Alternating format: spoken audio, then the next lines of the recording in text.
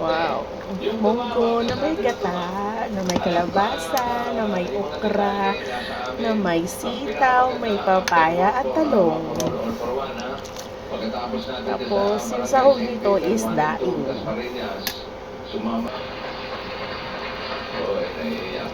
Grabe, oh. Sarap. Sarap. Hey!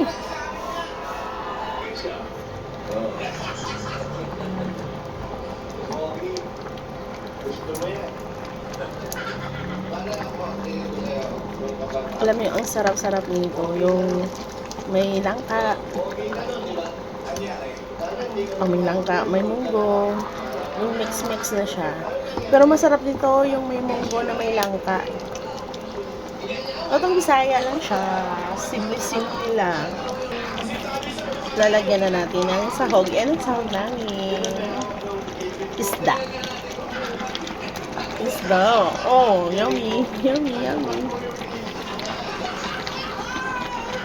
See? Yan. Sarap yan.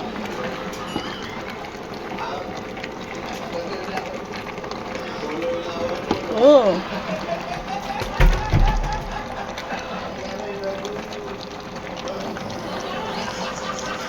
Tapos mamaya lagyan natin ng gata. Last na gata.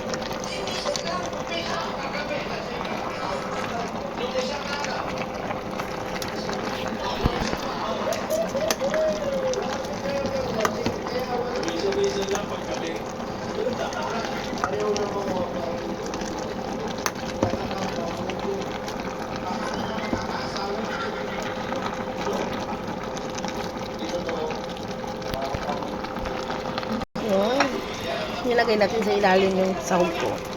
So, ngayon, ilalagay na natin yung gulay.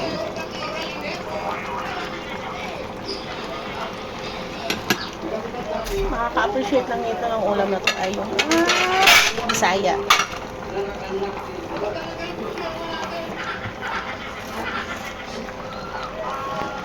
Yan.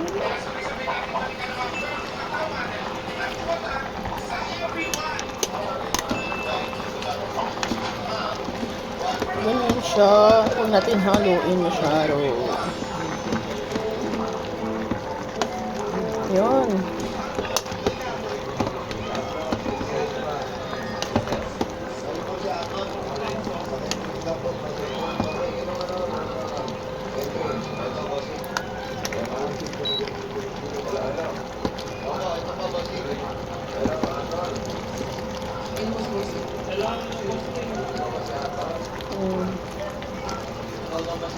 Ilalagay na natin yung kakanggata. Sure, kakanggata talaga. Sarap.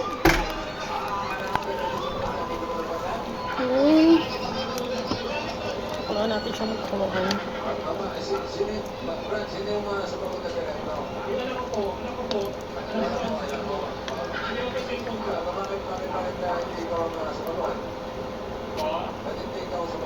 Nanonood po ako sa labas, kasama sandali, nanonood ako. Dudurugin ko yung iba. Para siya lumapot.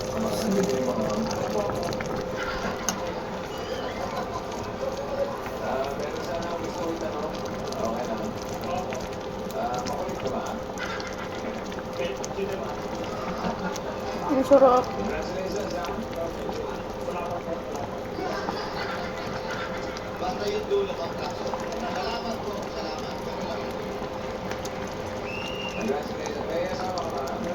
Dudurugin natin yung ibang kalabasa para lumapot siya.